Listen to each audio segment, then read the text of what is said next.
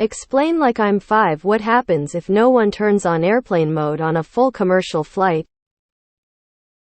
Your battery dies much faster because your phone is constantly searching for a signal every few seconds. Happens to me when I travel for work. Nothing. Or nothing of any consequence. At least I'm gonna let you in on a secret right now. If mobile phones were dangerous for aeroplanes, we wouldn't be allowed to carry them at all. The original U.S. ban on cell phone use on airplanes was put in place by the FCC, not the FAA. The issue had something to do with too many phones being able to reach too many towers simultaneously. If I remember correctly, this caused spectrum to be blocked on multiple towers, causing overall congestion in that network area. FAA got in the game later with speculation that there might be a potential issue with airplane electronics. Nothing nowadays. Back in the 2000s and earlier, it could interfere with the radio messages. People of a certain age will remember a kind of beep beep thud sound if a phone was too near some speakers. Remember 20 years ago when you got a text and you were listening to the radio and it would go ba na ba na ba na ba slightly? Well, if you bring your Nokia from 1999 on the flight, it might do the same thing. Probably nothing. But let's please keep that quiet. Before you know it, you'll have phone signal on planes and my one sanctuary from disturbance will be gone. I see lots of folks saying it doesn't matter much anymore, but I gotta think they can still tell. So it must still create some noise interference. I was on a flight this summer when the pilot came on the PA system to say someone needed to put their device in airplane mode. Instant death. I forgot to put my phone in flight mode for the first 5 minutes of a flight once, and I've been waiting for my final destination moment ever since.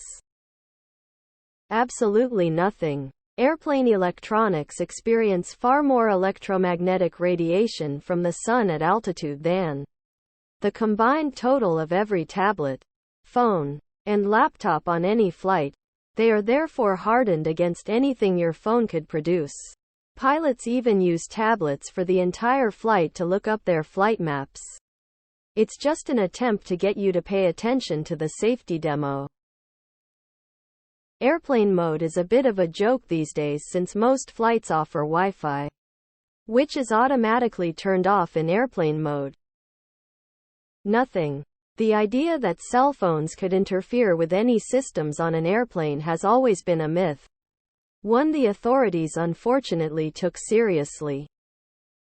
Worst case scenario these days is that someone could get a call and talk out loud for the entire flight. Nothing. I'd venture to guess that most people never go into airplane mode in the first place. There's quite literally no reason to do that. Except for that it absolutely massacres your battery as the phone will keep searching for service. I assure you, it happens multiple times every day that someone doesn't turn airplane mode on. Planes aren't falling out of the sky. With the amount of flights happening daily, I find it very hard to believe that cell phones interact with a plane in any meaningful or concerning way. There would be plane crashes all the time. There are many answers to this, all of which amount to nothing at all. The short answer is that phones haven't interfered with navigational equipment in decades. But people are selfish. No one wants to sit next to the businessman on his phone all flight, but if you tell them they might die if they don't turn it off, they suddenly listen. It's basically a situation of no one's bothered correcting this myth. Nothing. Hasn't been an issue ever and never will be. It's license violation. One could get charged, but I doubt there's a single judge that would be willing to destroy their career over this. A fake. It's actually primarily to prevent disruption of the ground cell network. Cell infrastructure is designed to allow continuity as you pass from cell tower to cell tower. but isn't designed to have hundreds of phones all in one dense group moving at 1000 km/h through the network. Usually, nothing. If enough people, in the right positions, have exactly the right phone, catastrophe. Phones change faster than they can be cross-checked with every aeronautic device still in use. So it's safer to just turn off all signals. It's like wearing a mask. It mostly protects other people.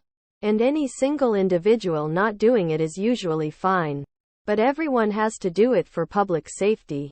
If it's not enforced, people will owe. It's fine if I do it their way into a disruption of the entire system. Your phones all run out of battery because they're blasting signals searching for towers.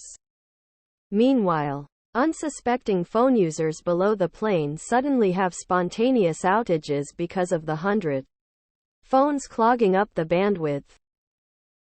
I was on a flight recently that couldn't land, so it headed back to the originating airport. We were halfway back when the lady next to me called her husband to complain about it. There was no Wi-Fi on the flight. Ever seen the TV show Lost? It's a lot like that. The plane won't be able to take off. Everyone knows that it's the combined force of all of those phones operating in airplane mode that makes airplanes fly.